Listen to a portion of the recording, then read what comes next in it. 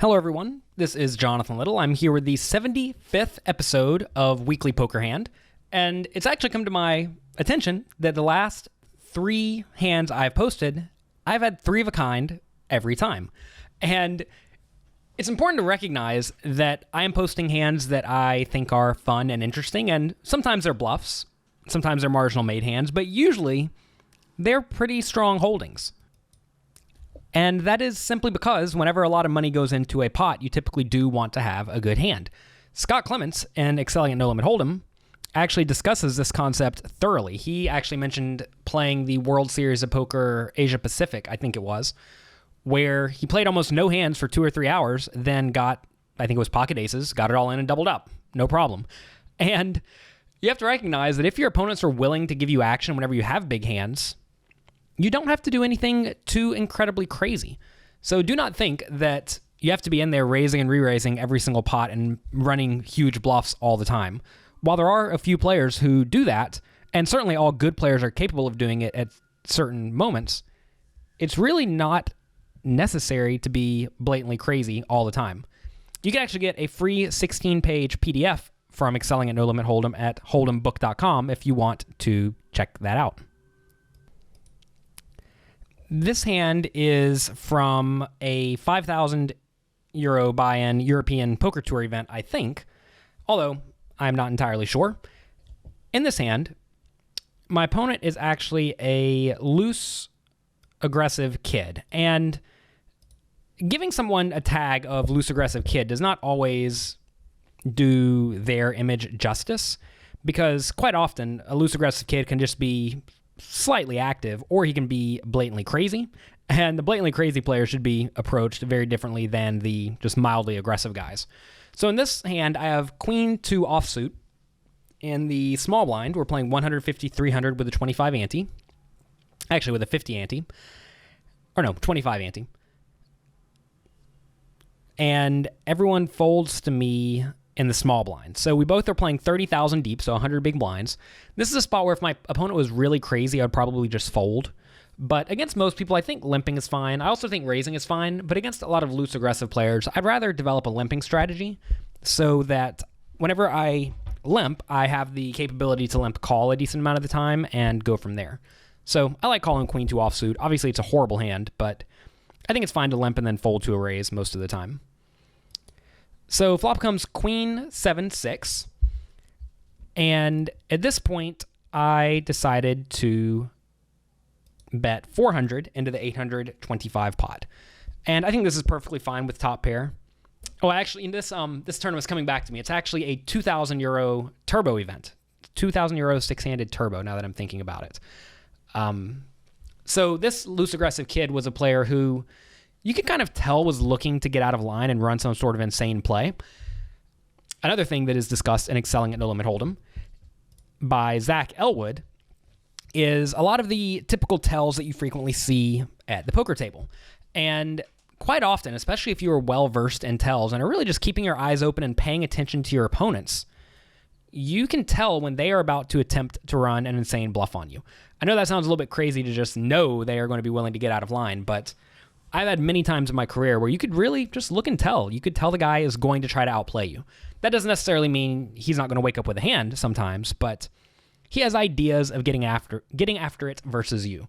And actually, a pretty sick play to put on a player like myself who's paying attention to this is to perhaps look at them as if you are going to put an insane play on them and then just never do it. So, pretty cool leveling war you could do just by looking at a guy funny. So anyway, I bet 400 on Queen 7-6 with top pair bad kicker, opponent calls. Turns a jack, putting up a backdoor flush draw. I like to check, and my opponent checks behind. I think betting would be perfectly fine. But if you think your opponent is about to try to get out of line against you, then obviously you should not bet, unless you think you can bet and they will raise you on the turn and then blast off on the river, which maybe my opponent's capable of, but I find that a lot of players really have a hard time continuing if they're floating the flop whenever you bet the turn. A lot of people just get out of the way, as they should. So river's a 5, boards Queen 7-6, Jack 5. So I have the best hand here almost every time, I think. My opponent probably has a hand like a 7, maybe a 6, maybe ace high. maybe some small pair. So I definitely think I have the best hand. So the question becomes, should I bet for value or should I check? Seeing how my opponent checked behind the turn, I don't think that my opponent's going to value bet thinly on the river. I think he's probably just going to let check and then hope to win with the random 8-7 on the river, for example, for a middle pair. So I decided to bet. I elected to bet 1,100, which is kind of a big bet. I think that this is probably a little bit larger than I would typically make if I was making a bet purely as a value bet, thinking my opponent's going to call with some worse hands. But here, this is an interesting spot because I actually got the vibe in this hand that my opponent was looking to outplay me, right? And if I have that vibe, I want to do something that makes my opponent question what I'm doing. I want him to be unsure if I'm playing straightforwardly or not. And so I elected to go a little bit larger than I typically do. And then, not really surprisingly, my opponent made it 3,600. So a fairly sizable raise.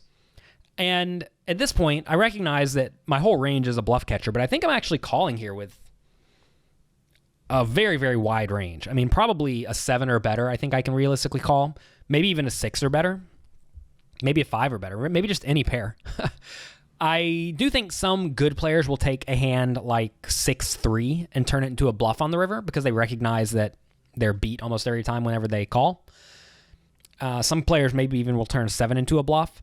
That's something you don't really see a whole lot in America, is players recognizing they have nearly the bottom of their range on the river and then bluffing with it. Because if you think about my opponent's flop calling range, it's going to be a lot of ace highs, a lot of queens, a lot of 7s, a lot of 6s, and a lot of draws. When the 5 comes on the river, a lot of the draws get there. Like 8-5, well, 8-5 is a pair now, but 9-8 is a straight. 4-3 for the flopped gut shots is straight. 8-4 for the flopped gut shots is straight. And 8-5 makes a pair. But a lot of people will take that 8-5 and play it as if it was the other straights because they recognize that they really should not have too many weak hands in their range. Although I do think in this spot, perhaps those hands are a little bit too good to raise, but I guess it doesn't really make much of a difference. You have to recognize like ace, king, and 8-5 are very similar in this scenario. They both just lose to my value betting range, I think. So this is a tough spot. I mean, I don't think it's a tough spot for me in this exact scenario given the reads I had, but this typically would be a tough spot because I think a lot of good players are going to be somewhat balanced in this scenario. You're going to find that the vast majority of the time against the standard guys in standard situations, when you bet the river and they raise, you have a very, very easy fold. This actually happened at the World Series main event recently where someone made a bet on the river when the board ran out kind of like this. It was a little bit worse than this. They got raised and they just easily folded top pair bad kicker. And here, I think I actually have a pretty easy call. Not because of the board or anything like that, but purely because of my physical reads. I wish there was a way to show that to you guys, but unfortunately it is impossible. You'll have to trust me. My opponent did end up showing ace-5, so he actually rivered a pair and did decide to turn it into a bluff, which is interesting. You don't expect to see that too often, but that is what happened this time. I guess it's a good thing I didn't have ace-king. And that is why you do need to be a little bit less inclined to call down with ace-king in that spot. So that's going to be it for this week. To get a free 16-page PDF extract from Excelling at No Limit Hold'em, go to hold'embook.com and let me know what you think. You can tweet at me whenever you want at Jonathan Little, and I tweet back all the time. I'm happy to answer any questions you have, and I will talk to you next week.